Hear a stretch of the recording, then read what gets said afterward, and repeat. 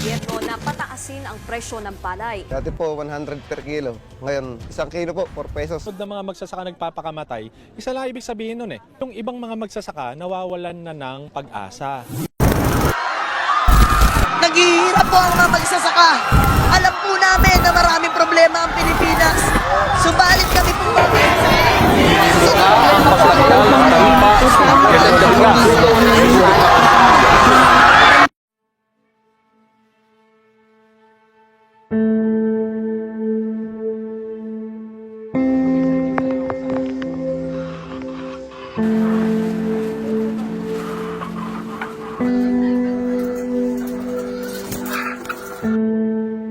Ako si Jericho Salvador, 20 years old.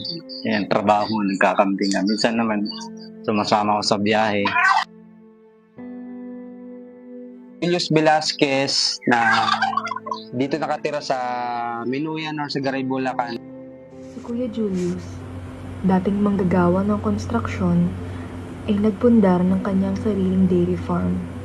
Samantala, si Kuya Jericho naman ay nagpapatakbo ng maraming trabaho. Ang pagmamaneho, pagde-deliver at pagtatanim.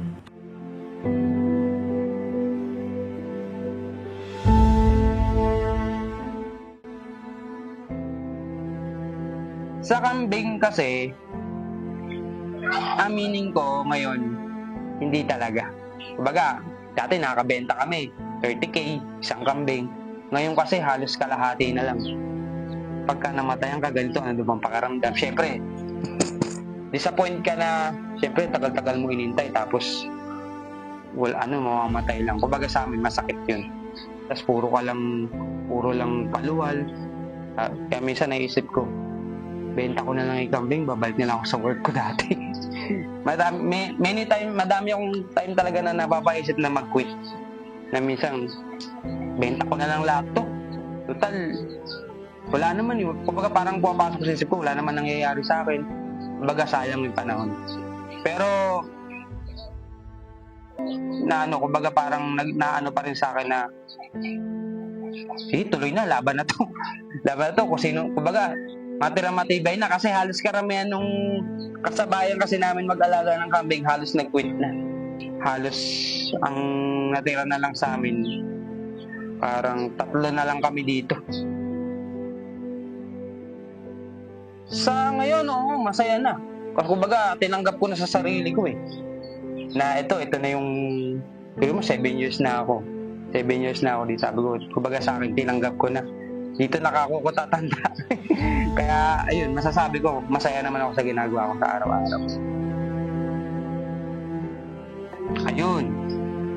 Yun ang magandang tanong. Sa amin, aminin ko, wala. Wala talaga. Yun nga yung gusto kong sabihin din na kumbaga yung unang problema kasi ng farmers is yung unang-una, yung suporta galing sa government. Tulad nga ngayon, di ba, na nababalita yung oversupply ng mga kamatis. Yun yung problema sa government. Hindi nila kayang solusyonan yung mga ganun. Baga, hindi nila kayang tulungan yung mga farmers natin. Parang hindi nila ginagawa ng paraan, ng solusyon na, bago nyo itapon yan, ano ba pwede nating gawin dyan bago nyo itapon? Kung hindi mapapakinabagan, ano bang pwede nating gawin kung oversupply? Kumbaga kulang sa sistema, yung sa tulong nga sa government. Tapos di ba, ang government halos puro import. Kumbaga, hindi nila tinatangkilik yung sariling atin. Kaya nangyayari, yung ibang farmers natin parang nalulugi talaga. Kaya kawawa din talaga sila. Kailangan ng suporta ng government ng una. Tapos yung pangalawa, yung gumawa ng program yung government na pakilala sa mga gusto mag-alaga din ng, kumbaga yung papasukan yung farming. Kumbaga kailangan talaga ng suporta ng government. Kasi kung wala talaga suporta, walang mangyayari talaga. Kasi kung hindi nila ipo-push na tulungan yung mga farmers natin, ang mangyayari kasi sa atin is puro yun niya, puro import na lang. Kumbaga, hindi natatakilik yung sariling atin. Kaya yun talaga unang-unang masasabi ko, yung support ng government ang kailangan natin. Ayun. Sila ay ang mga magsasakang hindi lang nagtatanim, kundi nag-aalaga. Buhay, pawis at dugo ang ipinupuhunan. Sa mundong mabilis ang galaw, sana'y huwag nating kalimutan ang mga tulad nila.